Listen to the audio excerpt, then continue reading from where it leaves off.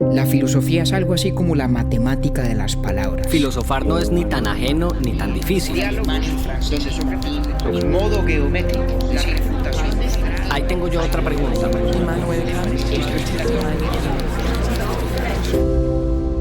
Urbi et Orbi, a la ciudad y al mundo. Buenos días, buenas tardes, buenas noches. Esta es la primera ocasión en que relanzamos un episodio. Se trata de Apología del Ocio, originalmente publicado en julio de 2021, como final de nuestra cuarta temporada. Desde entonces siempre se ha mantenido como uno de los 10 más escuchados. Por fortuna, como dice el compañero, la buena filosofía envejece bien y el ocio sigue siendo un tema revestido de la mayor importancia para nosotros, para nuestros oyentes y en general para nuestra época. El ocio como fundamento de la cultura. Así lo plantea el filósofo alemán Joseph Pipag. El escenario en el que toman lugar aquellas actividades humanas que son un fin en sí mismas y no pretenden con su realización alcanzar objetivo ulterior alguno. Eso que se hace por puro deleite y goce, como seguimos haciendo nosotros este podcast. Gracias a aquellos que apenas empiezan a escucharnos y a quienes nos acompañan desde incluso antes de que esta conversación viera la luz por primera vez. Les presentamos nuestro primer relanzamiento, este querido episodio que hoy es el número 95, Apología del Ocio.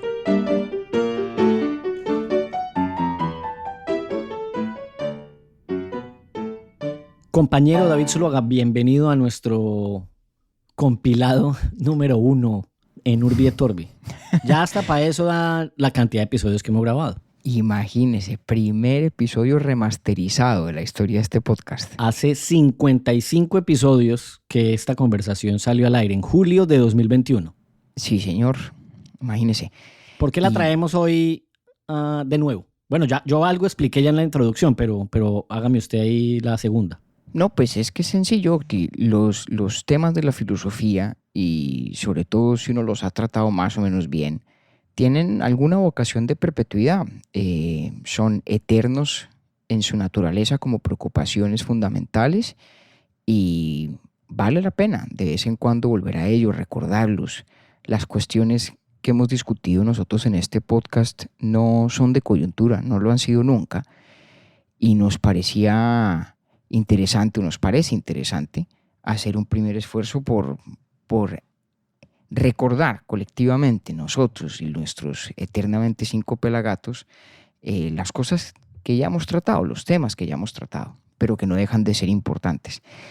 Y además tenemos una coyuntura que nos incita a que sea en concreto este episodio el que relancemos. Así es. Y es que Confama, la caja de compensación familiar antioqueña, que es aliada de Urbi et Orbi desde el año pasado, va a realizar en una semana, entre el 21 y el 23 de agosto, la segunda edición de su Festival de Filosofía en Envigado. Y este año precisamente el tema es el ocio, la relación entre el ocio y el placer, el lugar del ocio en la buena vida, que son exactamente las cuestiones de que tratamos hace 4 años en nuestra original discusión sobre la obra de Joseph Pipag y mejor, sobre el tema del ocio en general, visto a través de las ideas, las tesis de Pipag. Recuerdo mucho, cuando lo volví a escuchar, pues para estar a tono de este relanzamiento, no me acordaba que yo le decía a Joseph Pipag en ese momento Piper Pimienta. Sí. El salsero Piper Pimienta. Me gusta, sabe que 4 años después me sigue gustando llamarle así. Bien pueda. No creo que le moleste. Sí, desde entonces nosotros hemos venido masticando bastante esto en nuestras vidas, de pronto con más intención a partir de esta lectura. Antes, sin lugar a dudas, también lo hacíamos, pero fíjese usted que también es un episodio que ha generado muchas conversaciones con oyentes en espacios distintos. Uh-huh. Es sin lugar a dudas uno de esos episodios, podría uno decir, insignias de nuestras conversaciones que hacemos desde el año 2020, y esa es, pues, digamos, la razón de ser de este relanzamiento, que por primera vez lo hacemos. Entendemos que esto es muy común en este formato de podcast, pero pues es nuestro primer ensayo. Ahora bien, yo cuando volví a escuchar el episodio se me ocurrió hacerle una pregunta nueva. Señor, cuente a ver. Basado en lo que conversábamos. y pues que por supuesto lo va a desarrollar la conversación original en cuanto comience. Sin embargo, yo pensaba, bueno, de acuerdo con los cánones que establece PIPAG de una actividad de ocio, una de sus características es ser realizada, digamos, el fin en sí mismo es realizarla.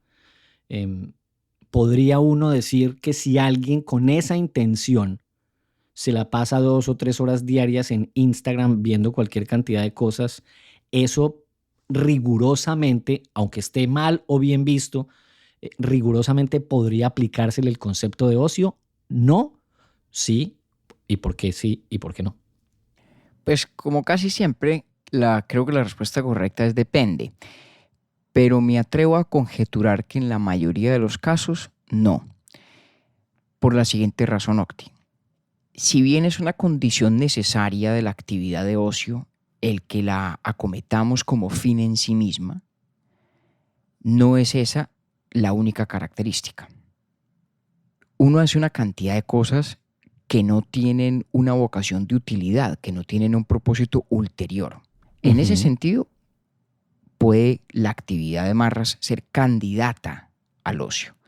Pero hay otra característica que es muy importante, y es que al menos en el sentido clásico, que es distinto del que se asocia en español al adjetivo ocioso, en el sentido clásico, repito, la actividad del ocio tiene una vocación lo decíamos más o menos en esos términos en nuestro diálogo original, de ensanchamiento, de profundización del espíritu. El ocio, entre otras cosas, busca cultivar ciertas aptitudes humanas de especial trascendencia e importancia. Cuando PIPAG, por ejemplo, caracteriza el ocio como una actividad eminentemente receptiva que le permite a uno aprender el mundo y la vida como un todo, porque nos permite distanciarnos de alguna manera de nuestra participación en el mundo y en la vida para verlo, para ponderarlo, o verla a la vida, ponderarla. A lo que va él, y creo que no sin razón, es a que la actividad de ocio tiene esa vocación de cultivar el espíritu. No se acomete la actividad de ocio directamente con ese fin como si fuera un mero instrumento para llegar a él, sino que la actividad es constitutiva de ese fin. Es parte del ahondar el espíritu el hacer tal o cual cosa cuando esa cosa que se hace es efectivamente ociosa en el buen sentido, en el sentido clásico. Es decir, puedo ponerlo yo en estas palabras. Por favor. Realizar una actividad con completa intencionalidad y conciencia es parte de lo que se considera una actividad de ocio. No necesita ella en modo alguno de ser productiva, útil a un fin posterior. Hasta ahí vamos bien, ¿sí o qué? Hasta ahí vamos bien. Sin embargo, sí debe haber un propósito en sí en realizar esa actividad y no otra. ¿A dónde quiero llegar? ¿Qué tal entonces? Y se la voy a complicar un poquito más. ¿Qué tal entonces si dividimos esos dos usuarios de Instagram? El primero hace lo que se conoce comúnmente como el scrolling, ¿sí? Está viendo indiscriminadamente lo que le aparezca. Sí. El segundo, en cambio, está en la misma aplicación, pero usa un hashtag o una etiqueta que dice montañas en invierno. Y esa persona empieza a ver montañas en invierno un buen rato y ahí él encuentra lo que de pronto puede representarle a él ocio o tampoco. Pues depende. Le concedo que la segunda persona me parece más plausible que de golpe en alguna versión de esa interacción esté efectivamente inmersa en una actividad de ocio. Pero no me termina de convencer por lo siguiente, Octi. Cuando uno hace algo que merezca la pena caracterizarse como ocio en el sentido que nos interesa, eso que uno hace no es una mera anestesia, no es una mera distracción de la cotidianidad, no es un respiro de los ajetreos del día, digámoslo así, no es una mera distracción. Yo al menos No es tampoco una pausa, como lo dice Pipa y lo decimos nosotros en esta Exactamente. conversación. Ajá. Exactamente. Yo puedo estar equivocado, pero creo, por lo menos en lo que observo y a veces en lo que me pasa a mí, las raras veces que me meto a ver en Instagram, sobre todo la cuenta de Urbi et Orbi, yo creo que uno normalmente en eso caes en el goce de la breve anestesia. En la ociosidad, vamos a ser honestos. Exactamente, que eso sí Sí. es ocioso en el sentido en que mi abuela utilizaría la palabra. Sí, la Pero mía no también. es ocio en el Sí. sentido que nos interesa en este diálogo. No es una actividad en la que yo esté inmerso con el fin de cultivarme.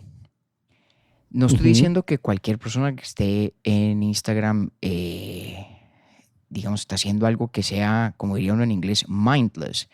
Ujú. No, y hay mucha gente que en plataformas de ese tipo aprende un montón de cosas y todo lo demás. Eso está bien, Absolutamente de acuerdo, sí. pero es importante no diluir la concepción precisa del ocio. Repito, Ujú. en el sentido clásico. En esa concepción precisa, el ocio no solamente se acomete como fin en sí mismo, ya dijimos que eso es una característica necesaria pero no suficiente.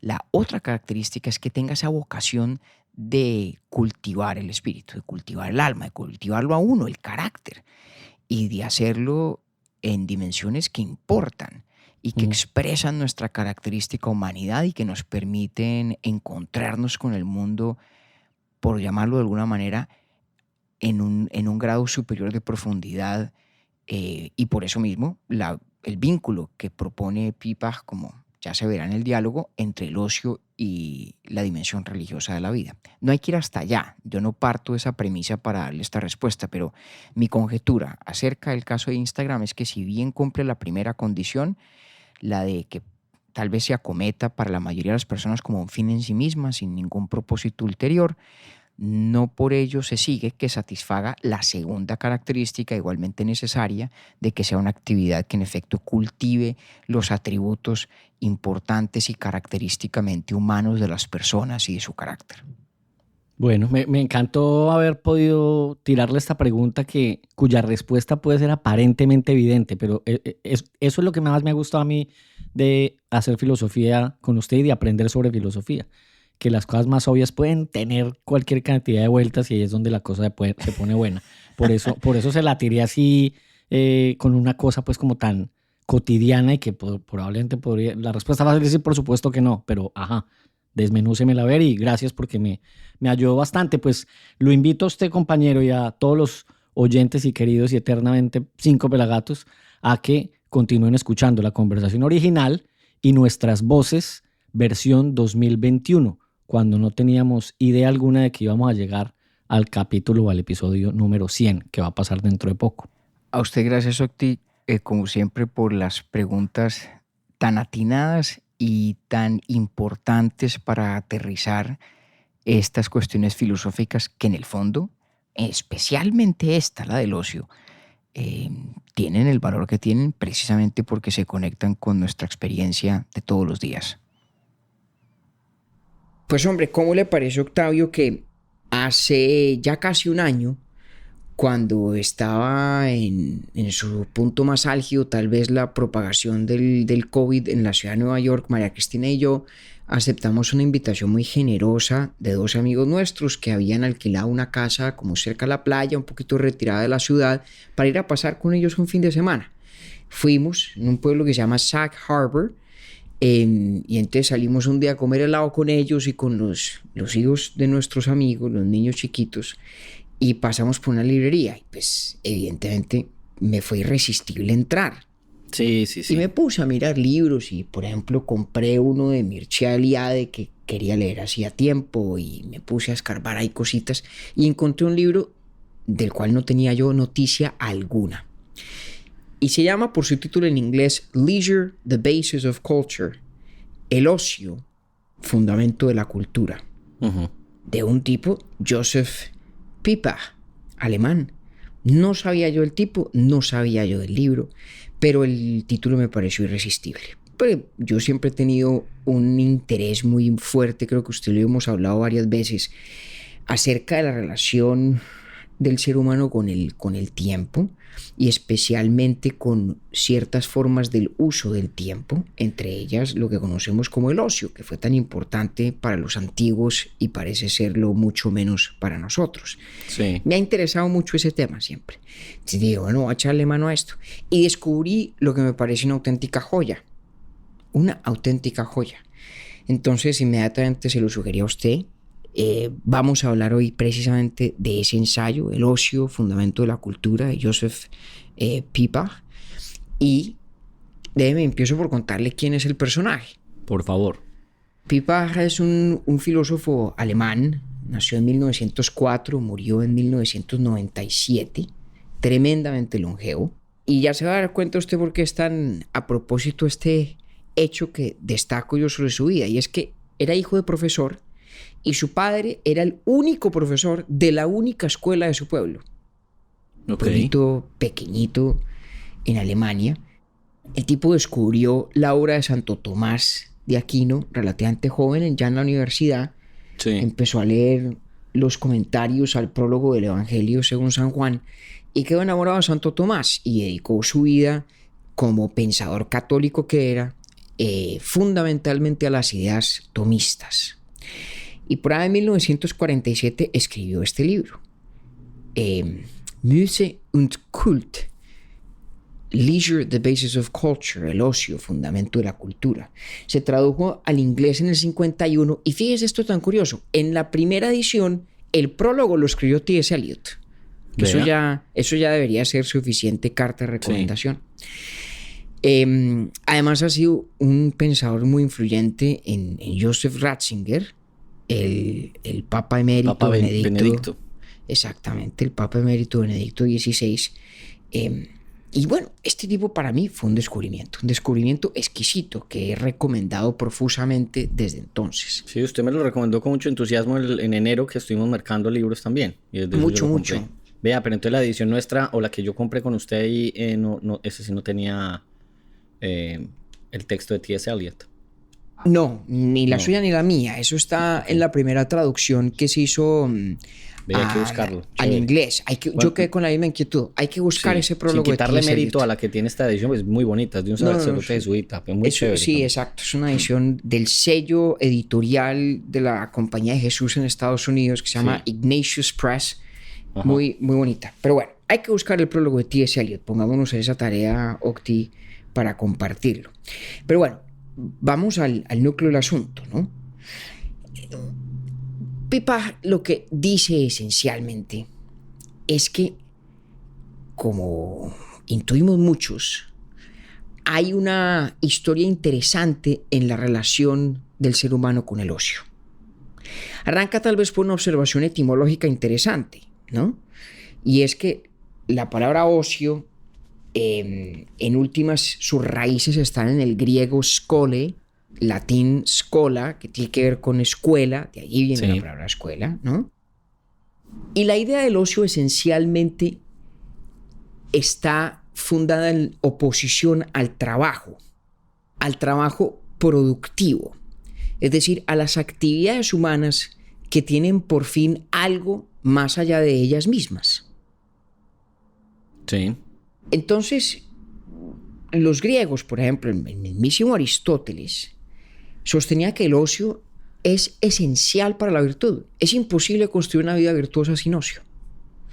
En la teoría de Aristóteles eso tiene unas implicaciones un poco perversas, ¿no? Porque claro, en la configuración política de Atenas, sociológica de la Atenas clásica, pues había un grupo muy reducido de hombres, y lo digo con género, ¿no? Con intencionalidad de género, de hombres atenienses ricos que gozaban de ocio, pues porque podían vivir del trabajo ajeno, ¿no? Sí. Y precisamente porque podían vivir del trabajo ajeno, pues gozaban del ocio que les permitía dedicarse a la vida de la virtud y en últimas, como propone Aristóteles en el libro 10 de su Ética a Nicómaco, la vida contemplativa. Entonces, Pipag, ¿qué dice? Dice, mire, hay una historia importante en la tradición occidental, en la tradición clásica, de conferirle valor al ocio, de creer que el ocio es importante. Y el ocio como digo, se define por contraste o en contraposición al trabajo. Ahora, la asociación aquí fácil para nosotros, que es un hábito lingüístico, pero a la vez un síntoma de lo que Pipa está tratando de diagnosticar, es que cuando pensamos en ocio pensamos en la no actividad, ¿cierto? Como en la parálisis. Sí. Y cuando pensamos en trabajo pensamos en actividad. En realidad esa no es la distinción de los clásicos. No es tampoco la distinción que nos propone esta tesis de Pipa, ¿no? La distinción relevante es entre actividades que tienen por fin algo más allá de ellas mismas y aquellas que son fines en sí mismas. Y de ahí viene la distinción muy importante también en la tradición de Occidente entre las artes liberales y las artes serviles, como se las solía llamar. ¿Sí? Las artes liberales, por eso viene la idea de la escuela, el lugar donde se aprende las artes liberales, son las artes del ocio. Son las actividades que buscan, digamos, el ensanchamiento del espíritu humano, el cultivar nuestras disposiciones y sensibilidades como personas, cabalmente, más allá del adquirir destrezas concretas que permitan desempeñarnos en un oficio, que es lo que corresponde a las artes serviles. ¿No? Evidentemente, en esta tradición la filosofía es, digamos, el arte liberal por excelencia. Es una actividad que tiene por fin nada que vaya más allá de ella misma.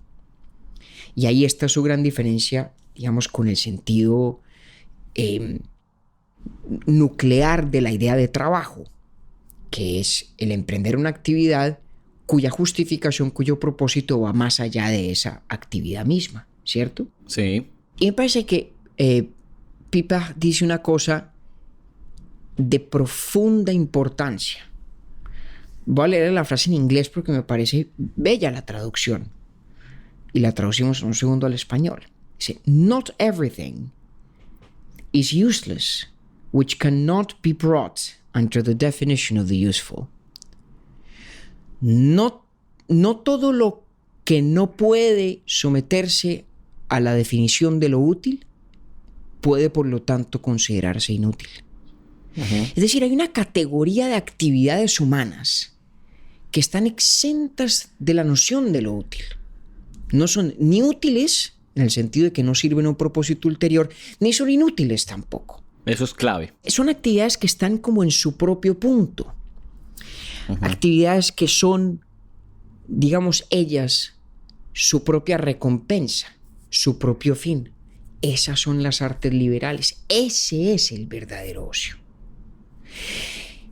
La capacidad de emprender esas actividades que, como debe ser claro, no tiene nada que ver con la pereza o con la ociosidad. O con la ociosidad. Exactamente, ¿no?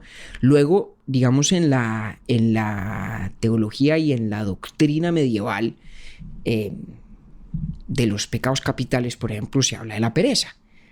La pereza y el ocio no son lo mismo. Nuestros usos lingüísticos las asemejan mucho, pero repito, eso es sintomático del problema. Sintomático de la incapacidad de ver la categoría del ocio como algo que digamos, corresponde a facultades humanas esenciales y que tiene un lugar propio e importante en las vidas de todos nosotros, o que debería tenerlo, o mejor, cuya ausencia es cosa que lamentar, que es precisamente lo que cree Pipa, ¿no? Hay algo que él dice que me llama mucho la atención, y es que además de hacer la aclaración o la diferenciación entre ocio y ociosidad, también habla puntualmente de que tampoco es ocio aquel descanso que sirve para hacerle pausas a un trabajo. Exactamente. Sin importar qué tanta duración tengan o qué tanta frecuencia. Eso es otra cosa y me llama mucho la atención. Exactamente. El ocio, bien entendido, es la esfera de actividades humanas que ensanchan el espíritu, que lo engrandecen, que lo nutren, que lo profundizan. No es una pausa para poder mejor trabajar. Podríamos decir incluso que tal vez el mayor enemigo del ocio es el invento del fin de semana, la creación del concepto del fin de semana. Así lo plantea y sí que lo es de acuerdo con lo que le está proponiendo. Claro, que digamos es una pausa estructurada en función del mejor trabajar. Así fue como nació, ¿no? Cuando en los albores de la Revolución Industrial, incluso hacia finales del siglo XIX, si la memoria no me falla, empieza a estructurarse el calendario en torno a unos días de pausa laboral para que los días que no son de pausa sí sean de ininterrumpida actividad laboral, de actividad de trabajo. Aunque dice también algo bien interesante del domingo como el día dedicado a algo completamente distinto que no es descanso y que no es trabajo. Eso también me pareció bien correcto. Pero espera un momentico que ya vamos para allá, porque ese es, digamos, como el tercer movimiento de esta pequeña sonata, digamos. Si el primero es entender qué es el ocio, no es el trabajo, no es la actividad que tiene por fin algo que está más allá de sí, y no es la inutilidad o la, digamos, pereza pasiva, la cesación de todo simplemente por cesar, como por cerrar los ojos, apagar la mente, sino que es otro tipo de momento vital alrededor de actividades que, como digo, son fines en sí mismas. Ahora, fíjese que en esto, digamos, el hecho de que a alguien le paguen por hacer algo no define inmediatamente si esa actividad cabe dentro de la categoría del ocio o del trabajo. No hay personas que tienen la fortuna de que les remuneren lo que bien podría ser su actividad de ocio, ¿no? Si a usted y a mí nos pagaran por hacer este podcast, pues caramba, pues sería trabajo en el sentido llano de la palabra, pero sería una perfectamente legítima extensión del ocio en el sentido que estamos, digamos, delineando en este momento. Y aquel pelagato que es de acuerdo con lo que usted acaba de decir, se acordó de pronto de un capítulo anterior, para allá vamos más tarde. Bueno, pues tráigalo al baile de una vez, porque digamos, exactamente, a nuestro querido Karl Marx, porque si el primer movimiento, como digo, de esta sonata, casi una fantasía, porque la vamos a hacer sin pausas, es entender qué es el concepto de ocio, pues nos sirve mucho de volvernos a algo que hablamos hace rato, Octi, que es la noción del homo faber de Marx, ¿no? La noción de que la realización humana reside en el emprender actividades eminentemente creativas cuyos productos, cuyas encarnaciones sean expresiones de quién uno es desde el punto de vista individual, ¿no? También tiene mucho que ver con esto del ocio. Tiene mucho que ver con la idea de hacer cosas que son expresión, refinamiento, materialización de nuestras más elevadas facultades, de lo que nos hace más característicamente nosotros, como humanos, pero además como individuos, ¿no? Y por eso, obviamente, la asociación, repito, con las artes liberales y con la madre de las artes liberales, que es la filosofía, ¿no? Diría uno tal vez, y creo que no exagero, que una expresión perfecta del ocio sería lo que nuestro amigo Spinoza llamó el amor intellectualis Dei, ¿no? Esa contemplación filosófica de la totalidad del mundo entendido desde su propia visión racionalista, de la que ya alguna vez hablamos. Es una actividad, ¿no? Spinoza no está sentado haciendo nada, está haciendo mucho. Echando globos, como dice uno. No está echando globos, está haciendo mucho, pero lo que está haciendo tiene un valor que no depende de ningún resultado ni de ninguna actividad ulterior, más allá de aquella que ya está emprendiendo, que es el acto de contemplación divina. Que ahí es donde está la ruptura entre el ocio y el trabajo. Desde esta visión. Que no tiene, es decir, el ocio, para entenderse, no necesita una razón distinta a el hecho mismo. Correcto. No en cambio, o la actividad misma. O la actividad misma, mejor aún. No en cambio con el trabajo. Que cada acción del trabajo obedece a la búsqueda o la consecución de un resultado. Y por eso de pronto es que a nosotros, en nuestros días, cada vez se nos hace más difícil entender el ocio. E incluso como que culturalmente en ocasiones está mal visto. Claro. Y respetarlo además, ¿no? Saberlo valorar. Porque el ocio además, digamos, hemos dado... No me pasa eso a mí, puntadas. por ejemplo. No. Y bueno, y a mí por fortuna tampoco. De hecho, le voy a decir, de todas las personas que yo conozco, la más competente en el arte del ocio, la más capaz del verdadero ocio, es María Cristina. Sí. Es impresionante. Y no hay un ápice de pereza.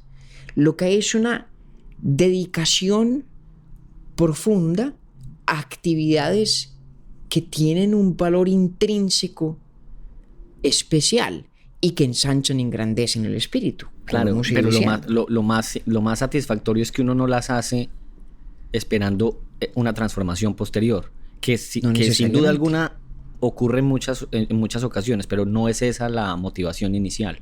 No necesariamente.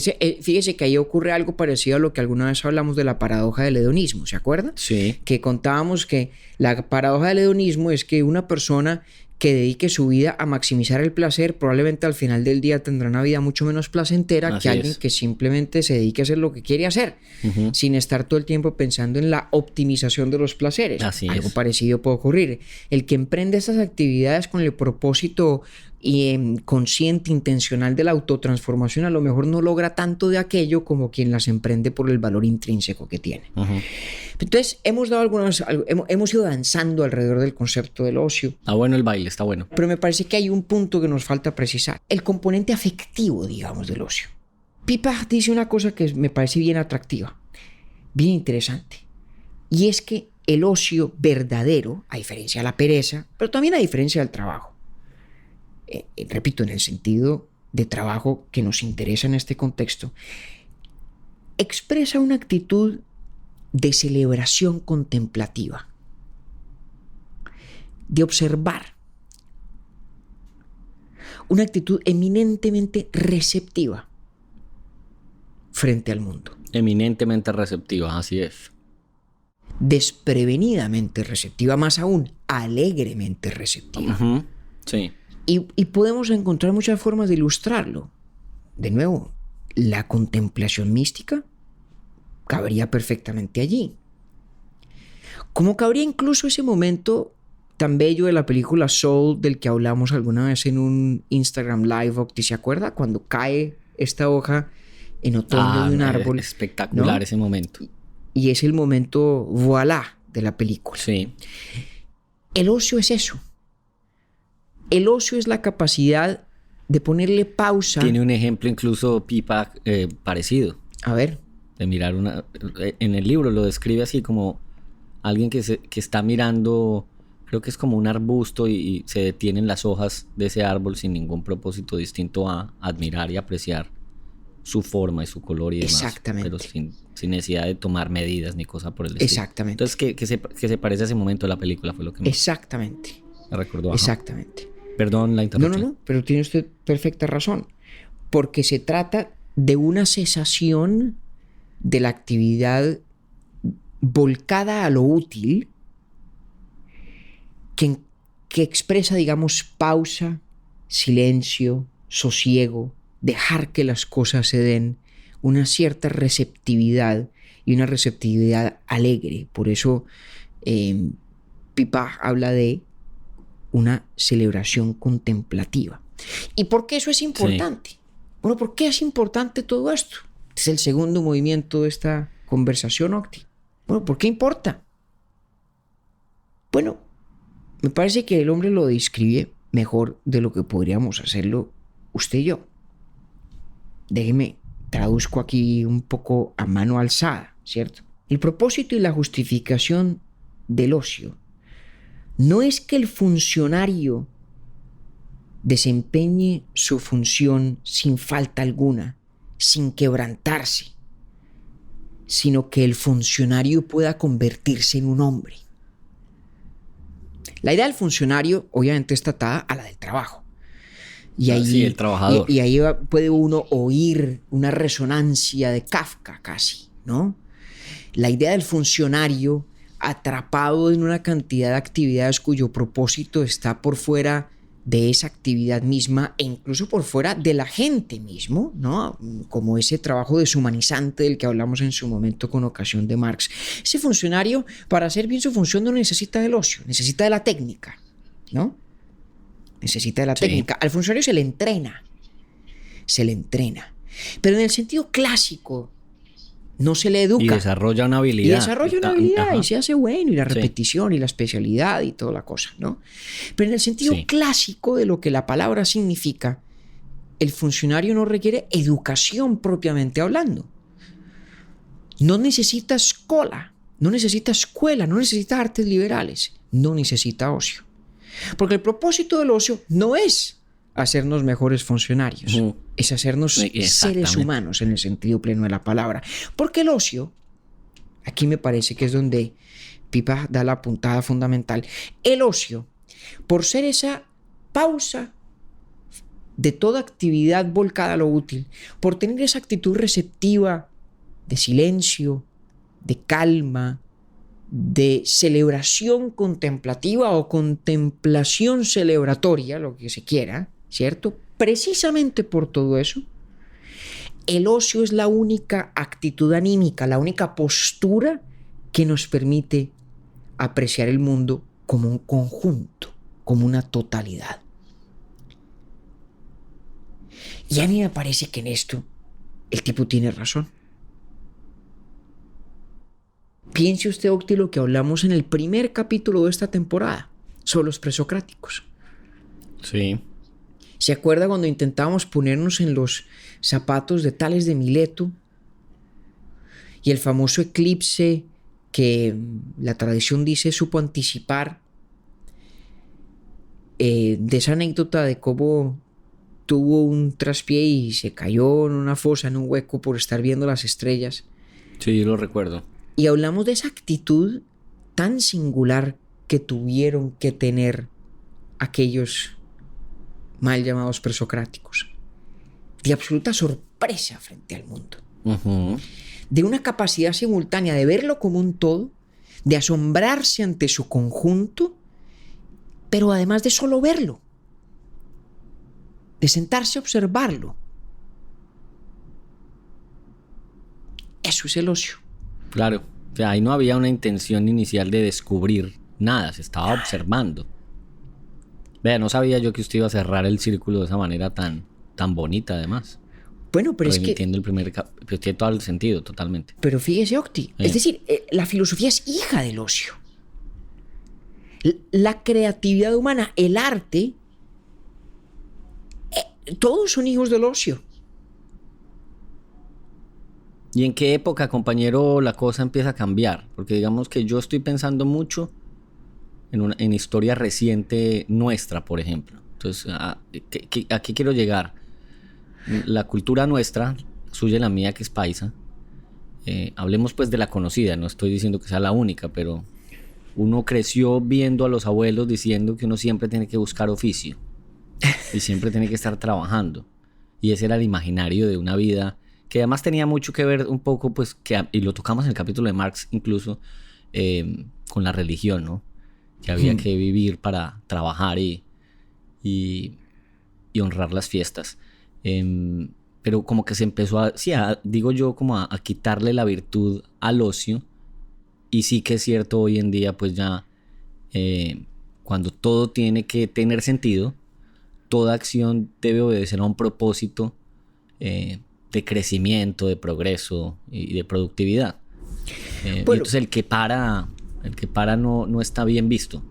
Bueno, a pocos no nos importa, pero no está bien visto muchas veces. Bueno, fíjese, esto es interesante. Primero, la palabra negocio, ¿no? Es la negación del ocio. Muy estrictamente hablando desde el punto de vista etimológico, ¿no? Vea. Claro. Pero segundo, recuerde que hacíamos hace un momento la observación de que el ocio y la pereza, la vagancia, si se quiere, no son lo mismo.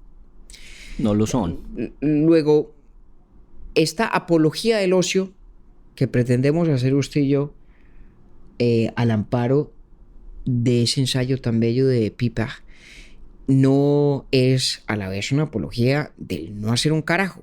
Ajá. ¿No? Son dos cosas distintas. Absoluta, no es. Es más, vale la pena repetirlo. La crítica que hace Pipa a la pereza es que es de hecho una extensión del culto al trabajo. También, sí, él lo menciona. Que tiene la incapacidad de imaginarse actividades que estén fuera de la polaridad entre lo útil y lo inútil. Sí. Precisamente ahí está el problema. Ahora, ¿dónde arranca el lío? Bueno, en gracia de discusión yo creo que algo de razón tiene Marx. La revolución industrial sacude la forma de trabajar, Ajá. la división del trabajo y la superespecialización de las funciones hace que un mayor número de personas no puedan ver en el producto de lo que hacen en el trabajo una expresión significativa de su individualidad. Yo creo que todo eso tiene su dosis de verdad. Y fíjese que Piper, de hecho, cree que ese ideal de lo que él llama el trabajo total no es del todo ajeno a los totalitarismos del siglo XX, uno de los cuales pues tuvo que conocer muy de cerca en carne propia en Alemania, ¿no? De hecho, después de la caída del régimen nazi, después de la Segunda Guerra Mundial, un dato curioso, no divertido, pero sí curioso, se vino a descubrir que los censores del partido nazi tenían a Piper catalogado como un enemigo íntimo del nazismo, ¿sí? Y digamos que, al menos en la teoría de él, sociológica de él, los totalitarismos del siglo XX acentúan esa devoción por el trabajo como la actividad esencial de lo humano. Básicamente, detrás de eso lo que hay es una especie de falacia, y es la idea de que lo que no cuesta esfuerzo no vale. Y fíjese que es una visión bastante bien asimilada en la cultura popular, ¿no? Y como dicen los gringos cuando hablan del deporte, no pain, no gain, ¿no? Si no duele, no se gana nada. No se gana nada. Y ahora la verdad, pues eso no tiene por qué ser cierto desde el punto de vista lógico, ¿no? Fíjese que la actividad meramente contemplativa, meramente de observación, de receptividad, no necesariamente es de esfuerzo también, ¿no? No hay nada de malo con el esfuerzo, ¿no? No nos vamos a ir a extremos, ni mucho menos. Uh-huh. De lo que se trata es de entender que en el clima cultural que valora por encima de todo el trabajo como dedicación a lo útil, digamos que concede al esfuerzo un lugar de primacía en la cultura, independientemente de cuáles sean sus frutos. Ese es un clima que a la vez desconoce o deja de lado o le reduce el oxígeno a esto otro que es tan importante. Pues tan importante es que Aristóteles creía que era el supuesto de toda vida de virtud, la condición de posibilidad de la eudaimonía. Hombre, caramba, yo no sé usted, pero cuando Aristóteles dice una cosa de esas, yo me inclino a pensar que algo de razón tendría, ¿no? Y luego algo nos estamos perdiendo nosotros. Algo nos estamos perdiendo nosotros. Por todo lo que el ocio, las artes liberales, esa verdadera escuela en el sentido clásico de la palabra, permiten hacer para que más que funcionarios seamos seres humanos, en el sentido más pleno y expansivo de la palabra. Homo faber verdadero, como lo habría querido Marx. Como lo habría querido Marx. Sí, empieza uno a ver puntos en común de aquí para atrás con muchos otros. Ya mencionamos Aristóteles, Marx. Claro. Y hasta Nietzsche, ¿no? Claro. Pero claro que Nietzsche. Y ahí usted me da pie para el tercer movimiento de esto. Porque muy bien. Pepe cierra con una cosa muy, muy interesante, con una idea bien provocadora. Y es que él cree que lo único que puede rescatar a la humanidad de la pérdida del ocio es la religión. Ya, sí. Porque dice... Eso me pareció, como dice Camilo, rompedor. ¿Rompedor?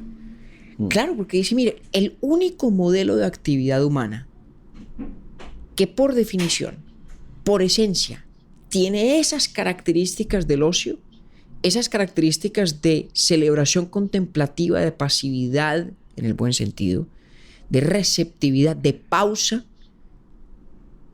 es la fiesta religiosa. Es el séptimo día de la creación. Ajá. El domingo. Y eso lo contiene todo. ¿No? Sí, Eso es mire lo lo que único dice. que contiene todo en nuestro esquema, ¿no? Dice Pipa. Exactamente. Entonces, mire lo que dice.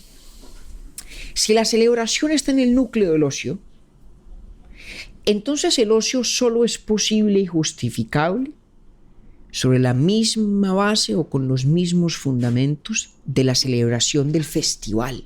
Ujú. Y esa base, ese fundamento en la cultura, es el culto a la divinidad. ¿Ese festival, ese culto a la divinidad, es el mismo carnaval o no? Pues es el mismo origen, claro. Es el mismo origen, ¿cierto? Es el mismo origen. Por eso creo yo que lo puso usted a pensar en Nietzsche, cuando en nuestro taller de lectura del año pasado leímos El nacimiento de la tragedia. Sí. Y hablamos de lo dionisiaco, y hablamos de la experiencia, digamos, mística, si se quiere, religiosa, de mancomunión con la totalidad del mundo. Si hay algo que permite la contemplación del mundo como un todo, como una totalidad, es precisamente la postura religiosa. Yo diría que en gracia de discusión la filosófica también. Ahora, lo que pasa es que en otros ensayos, del que no vamos a hablar hoy, pero que es muy interesante también, que se llama El acto filosófico, Pipart de hecho dice que la filosofía, en últimas, tiene una actitud profundamente religiosa en su núcleo, en sus entrañas. Entonces, para él ahí no hay una distinción de fondo.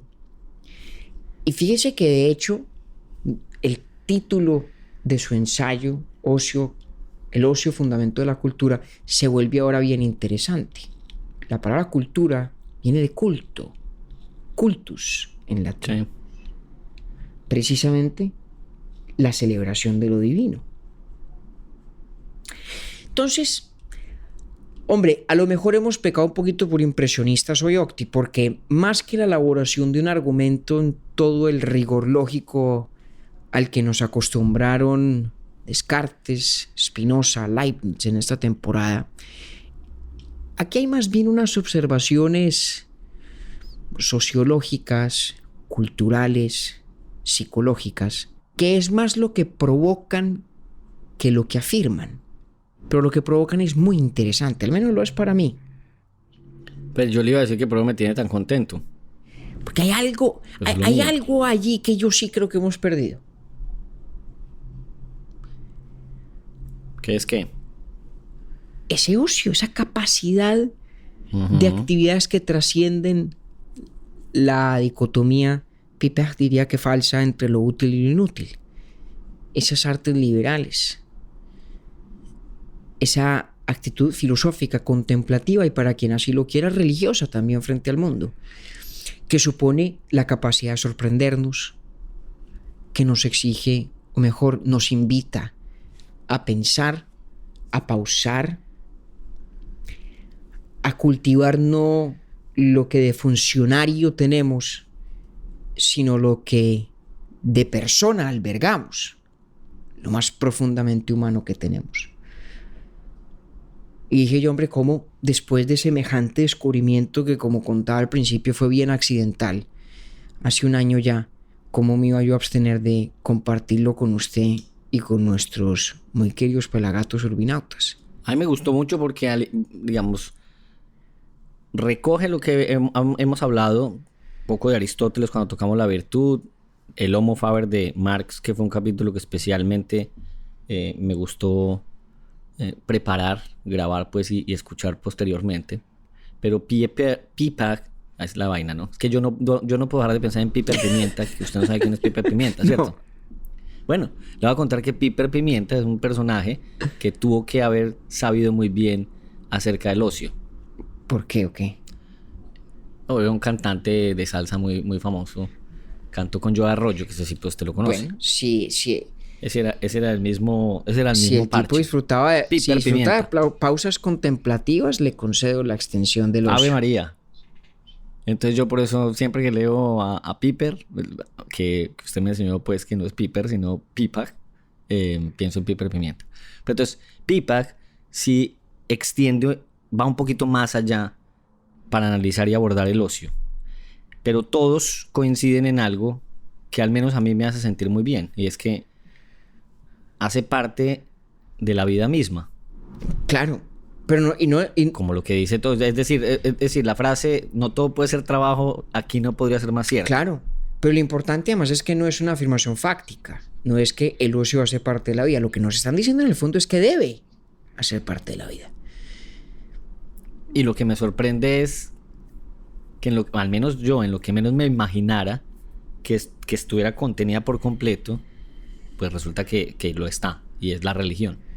Por lo menos en la... Esa distinción que hace, sí, y esa distinción o esa descripción más bien que hace él entre el alma y el espíritu, el cuerpo y el espíritu, también me parece espectacular, que no sé si usted quiere entrar por ahí. Pues cuéntelo usted, lo que pasa es que eso ya es una discusión metafísica, ¿no? Y ya usted y yo sabemos, y nuestros 5 pelagatos también, que cuando en este podcast le cogemos el tiro a la filosofía de la mente, nos vamos por un laberinto del que no recoge nadie.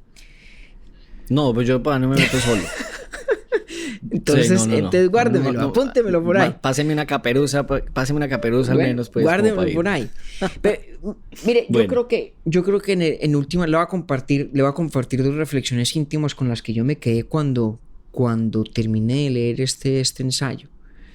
La primera es que tal vez lo único peor que uno ser Sísifo es ser Sísifo sin saberlo, o sentirse feliz de ser Sísifo.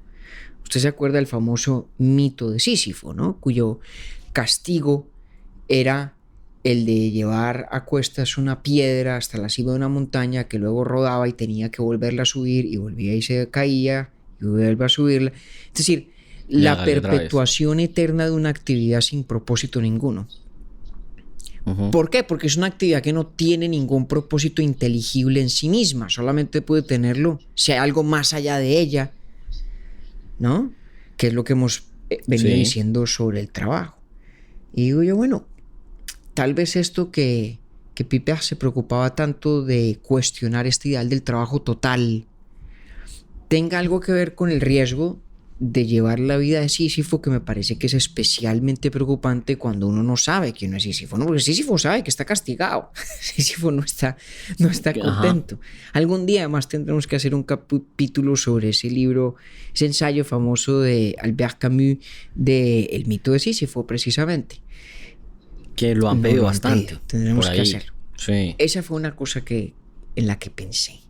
Y luego quedé también con otra preocupación, que la conecto tal vez con lo primero que dijimos cuando hablamos de Aristóteles. Y es que el acceso al ocio es tal vez una de las formas más inquietantes de la inequidad y de la injusticia. Sí ha tocado usted tremendo tema. Porque fíjese que hay quienes tenemos las condiciones en la vida afortunadas para poder gozar del ocio. Hay quienes teniéndolas deciden no darle lugar al ocio en la vida propia. También. Bueno, ahí venga, pues ya se las verán con sus propios estándares del buen vivir y de la virtud. Pero ¿cuántos habrá que simplemente carecen de ocasión, de oportunidad para el ocio? Ahí hay una deuda moral y espiritual de la humanidad para consigo misma, me parece a mí. Es una deuda que tiene que ver con el tiempo, de cuánto tiempo disponen los demás para asignarlo a las actividades que a bien tengan, y qué tanto acceso tenemos todos a ese tipo de actividades que en el mundo clásico se habrían llamado artes liberales, que son esas ensanchadoras del espíritu, esa tierra fecunda que bien cultivada con buen ocio da excelentes, bellísimos frutos. Creo que no había usted mencionado el otro tipo de arte, las serviles. ¿Cierto que no? Pero pues es simplemente el carácter de oposición a las liberales, que sí, muy bien ya. Sí, correcto. Expuso. Correcto. Para el que de pronto esté preguntando en dónde sonó La Sirena, sonó en la casa de David. Ganó David. Creo que eso es cierto. Y perdóneme una nota al pie de página. Serviles, no porque quien las desempeñe sea servil. Muy importante además eso, sí. No. Serviles porque son artes cuyo valor está al servicio de algo más. Así es. Es la actividad misma la que tiene un valor condicional o instrumental en función de otra cosa, no la persona, ¿no? Sí. Sí, para no es que seamos servidumbre. claros. Ajá. No. Sí. No tiene nada que ver con eso. Así es. No tiene nada que ver con eso. Me quedo yo con esas dos inquietudes, Octi. El peligro de volverse uno un Sísifo que no sabe que lo es, que no sabe que está padeciendo castigo, que es tal vez digamos, la versión más tristemente irónica que podríamos imaginar del mito de Sísifo. Y por otra parte, esa forma de la injusticia, Imaginando que si es usted... el no acceder al ocio. Mira, le pregunto, imaginando si usted, no sé si es lo que está pensando, como si alguien estuviera completamente convencido de que siempre tiene que hacer o realizar actividades útiles que sirvan a un propósito. Ahí es donde usted está pensando en Sísifo, o alguien que no le quiero entenderle mejor qué es lo que estaba pensando. Pienso en personas que se han negado la posibilidad del buen sano ocio. Ok. Y que a lo mejor tienen hasta regocijo en negársela. Eso era lo que yo quería expresar. Gracias, porque eso era lo que yo quería decir. Claro, el problema del ocio es que es una cosa cuyo valor es muy difícil de justificar de manera persuasiva para quien no haya tenido el gusto de experimentarlo. Muy duro. Muy duro. ¿No? Eso es como, qué sé yo, creo que este ejemplo lo he usado alguna vez antes también en algún otro capítulo, pero eso es como el tema de las aceitunas. ¿Cómo le explica a un niño que las aceitunas son deliciosas? Pues ¿cómo le explico yo a mi versión de 7 años que eran buenas? Exactamente. Algún día las prueba y le encantan, y ya después de que las ha probado y le gustaron, pues no se imagina vivir sin aceitunas. Estoy exagerando un poco, pues, pero algo semejante procede en este caso. Parte de la dificultad de una cultura del trabajo total es que se precia de cerrarle la puerta al ocio. Uh-huh. Y cuando uno no ha experimentado nunca el ocio, es muy difícil entender su valor, porque hay precisamente que tener un espíritu amplio para saber valorar la amplitud de espíritu, ¿no? Y además que ahí, pues digamos que la contraparte, que es el trabajo y el no ocio, pues, o sea, las artes serviles tienen tremendo patrocinador, que es el sistema. Entonces, pues, la barra, el ruido lo tiene por todos lados. No, y la tesuda realidad, porque, a ver, repitamos, aquí no estamos diciendo que el camino vital más sensato, razonable o recomendable sea el de el ocio absoluto. Pues no, eso no se trata. Uh-huh. Eso no es lo que estamos diciendo. Lo que pasa es que el valor del trabajo necesita muy poca justificación. Lo que parece necesitar algún rescate es precisamente el valor del no trabajo, del ocio. Y es tan difícil explicar su valor, el del ocio, que por eso es que quien lo vive es quien lo goza. Como el carnaval de Barranquilla. ¿Cómo me vio ahí, pues? Un abrazo, compañero. Un abrazo, Octi, y a nuestros queridos pelagatos. Hasta muy pronto. Urbi et Orbi es producido por Bielo Media, con la música original de Felipe Durán, la coordinación general de Camilo Zuluaga y la dirección creativa de María Cristina Pimiento. Agradecemos especialmente a Luchi y Titín por la voz del cabezote y nuestro logo. Nosotros somos David Zuluaga y Octavio Galvis. Feliz día, feliz tarde o feliz noche.